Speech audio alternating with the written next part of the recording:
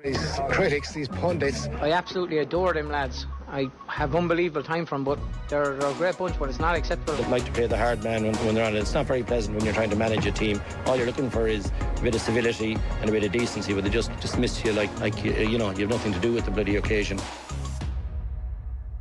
Yeah, three voices that have been in the sports news quite a lot over the last few weeks. Will O'Callaghan tweeted last night. Liam Kearns, Davy Fitz and Kevin McStay all feature on OTB's Quick Picks jingle.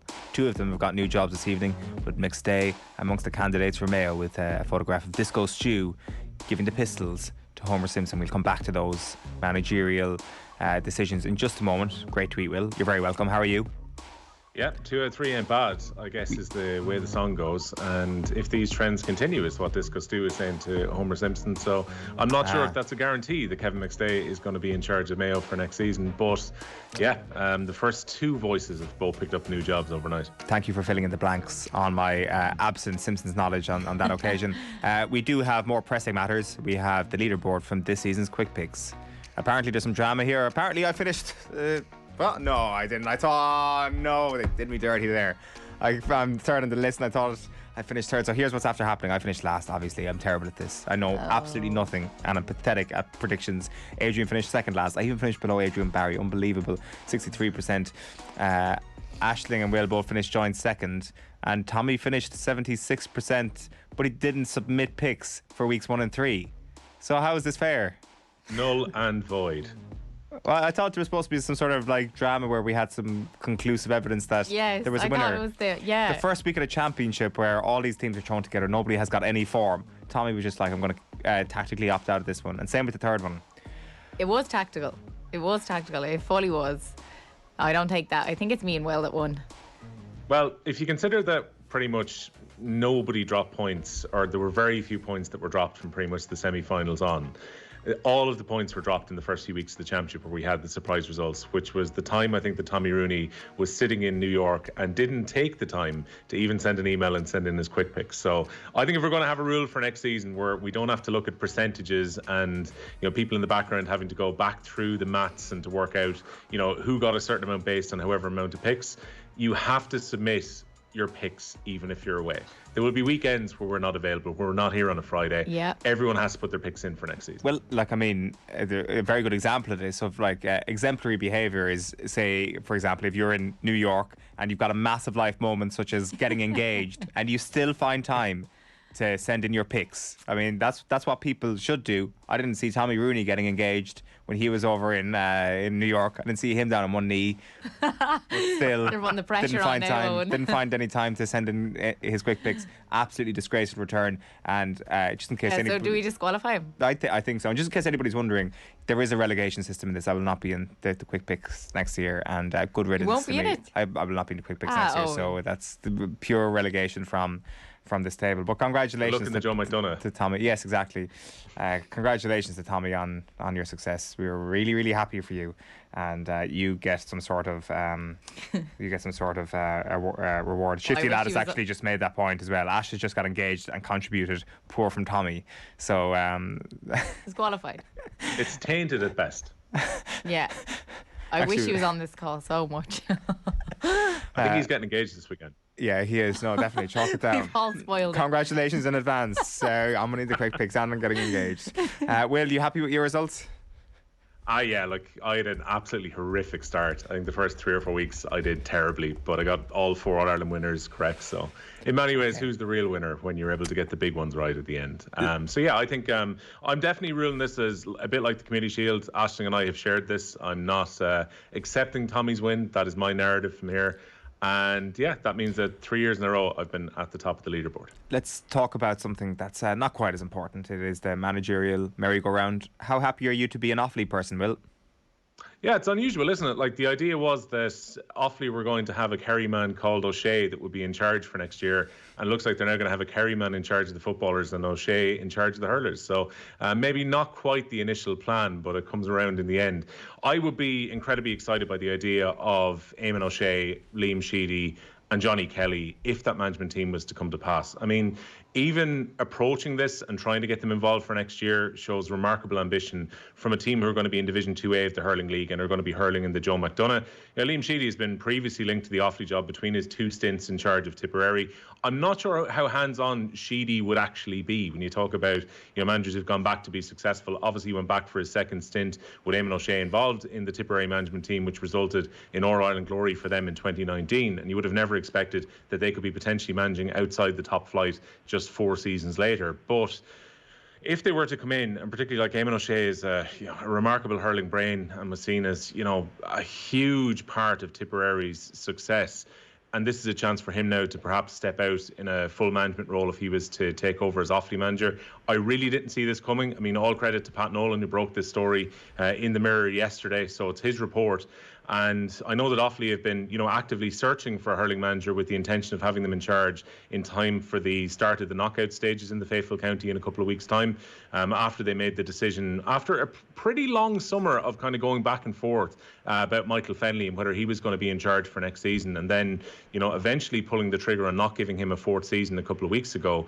The feeling was that maybe they were going back to the drawing board, but it would show remarkable ambition by the county board and by Michael Duignan in particular if they could attract those 2 Tipperary All-Ireland winners to come in and manage the team for next year. And Johnny Kelly, who was part of the coaching team with Michael Fennelly for the last couple of years, and who I really didn't think was going to be involved for 2023, but he would add an element of local knowledge quite aside from his coaching, given that he's managed inside of Offaly, in Tipperary, in Galway, but he has an intimate knowledge of Offaly hurling and has been part of the setup for the last 2 years. So if a new management was to come in, he would be the bridge to the new management, and a very exciting appointment. But I would probably caution any Offaly supporters who are watching or listening to us this morning that we're still in the phase of this being potential rather than reality. Sure, that's a fair point. The ambition, though, is an interesting one. Like, what is the ceiling that O'Shea and Sheedy are looking at and thinking that's an attractive job? Yeah, I mean, the feeling would be that they'd be going into a team who should be competitive for the Joe McDonagh Championship going into next season. They should have been competitive for the Joe McDonagh this season, given that they had a year in Division 1, which by the players and by Michael Fennelly's own admission was very difficult from a physical point of view. Particularly, they shipped a tremendous amount of injuries in Division 1, which just goes to show the difference between playing in Division 2 and playing in the Christie Ring last year, and then going on to play Division 1 hurling and play in the group that they were in, some of the best teams in the country. And then in the Joe McDonagh, they got themselves by hook or by crook after some pretty exciting games and some very questionable defensive performances. We're still in a position going into the last game against Carlow where they could have qualified for the final. Now, I still think if Offaly had reached the final, Antrim were hurling so well at the start of this summer that Antrim would have probably beaten them at Croke Park anyway.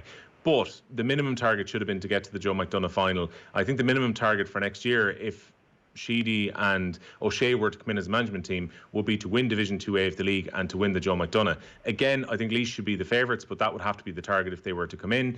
And look, there's the excitement of a few years away.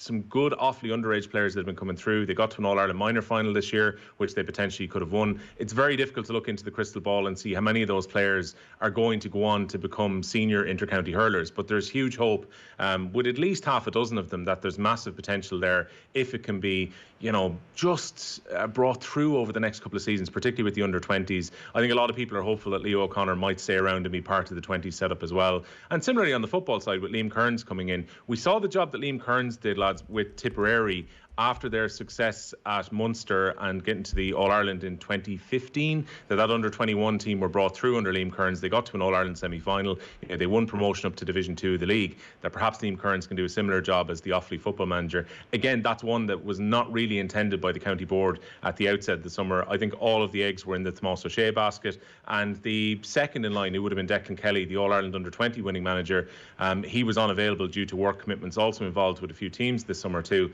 So it wasn't a possibility for him to come in, even when Tomás O'Shea's work situation changed around. So I don't think many of us were expecting Liam Kearns to get the position, but I can understand the logic that Offaly have gone with in appointing him. Just one other thing, Will, before we let you go. Davy Fitz going back to Waterford is going to be the headline-grabbing news of this week. Is this really, really good news for Waterford? I don't know. I mean, it's a very mixed reception from what I saw from Waterford supporters overnight. Like, this was the most attractive job that was available this summer. Like, I would put Waterford ahead of Tipperary, given Waterford's potential coming out of this season, where Look, in the Championship they disappointed and they did not carry on their early season form, but you can't throw out the fact that Waterford were very impressive in the first few months of the season. The Waterford performance that we saw when they demolished Cork in the league final, all of the talent that is available there, a Waterford team who've been to All-Ireland finals and semi-finals in recent seasons as well, who've got a decent age profile. This is a team who are now ready to deliver. And I guess that must be Waterford County Board's thinking of bringing Davy Fitzgerald in. That's like, we will bring in the motivator, the tactician, to maybe give us that extra few percentiles that perhaps we can turn near misses into actual silverware. As you pointed out earlier in the programme, Davy Fitzgerald was the manager the last time they won the Munster Championship. You have to go back over a decade for Waterford actually landing silverware in Munster. That's how long the wait has been. And with that previous group of players who were very talented at the end of the 0-0s as well, you know, he got them to be a consistent top 4 or 5 team within the country during the time that Davy was there. You can't write off the fact that Davy Fitzgerald then goes on to win an All-Ireland Championship with Clare, goes on to get a breakthrough with Wexford in a Leinster Championship in 2019. Like, his record speaks for itself. But then again, you have to take the point that many have made. I think James Skell numerous times in this programme and on the Hurling Pod has made the point that teams generally tend to get a bounce in the first year with Davy Fitzgerald. The second year then becomes a little bit more difficult, and by the third year, usually that effect is waning somewhat. Maybe Waterford are thinking, we cash in on what we have now and try and get Davy to bring us that extra few levels. I can understand some Waterford supporters' concerns, though, about the style of hurling, which was a little bit more freestyle, particularly under Liam Call, compared to what Davy Fitzgerald is likely to use when he comes in for next season and over the next 3 seasons. And also, there's always that feeling of when you go back. Like, it's noteworthy for managers who go back and do well because they tend to be an exception rather than the rule. And you mentioned them earlier with Jack O'Connor and with Liam Sheedy.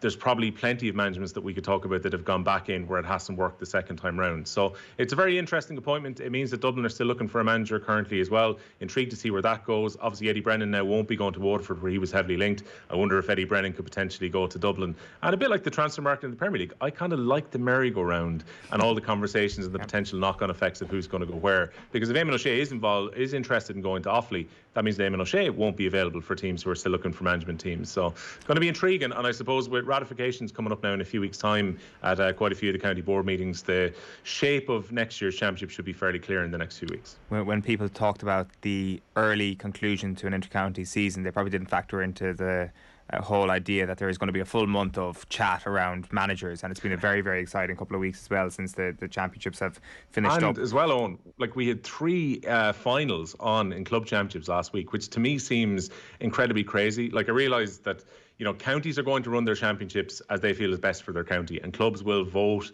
ultimately on the structures within their counties as well. But I thought it was remarkable that you had actual club championships finishing up last week, and in some ways maybe that's put a little bit of pressure onto some of the teams who are looking to get managements in place, because particularly if you're going for an external management, the fact that the campaigns have started a little bit earlier this time round means that realistically you have to have a manager in place to look at as much of your local championship as you possibly can. For sure. Will, Ashton, congratulations on your second place finish in this year's Quick Picks. Tommy is the winner. I finished last, and second last, of course, we should mention, is Adrian Barry, and there's been plenty of comments coming in about his whereabouts. Robert Lynch has been like, has Adrian, who's your daddy, Barry, been given the boot or what? Greg Caffrey says, you're all great, but where is Adrian? And Richard Redball says, he's been crushed by a wheel of cheese. Well, I assume he went from a direct celebration from the Tailteann Cup final where Westmeath beat Cavan into Mullingar hosting the Fleadh, and as a result Adrian Barry has just been, you know, enjoying probably the best month or so in Westmeath's history, and that's actually where he's been. Yeah, he is sandwiched between a massive wheel of cheese and a footbath in Mullingar right now, and we look forward to welcoming him back here to Friday's OTB AM next week. Chat to you then. I absolutely adore them lads. I have unbelievable time for them, but they're a great bunch, but it's not acceptable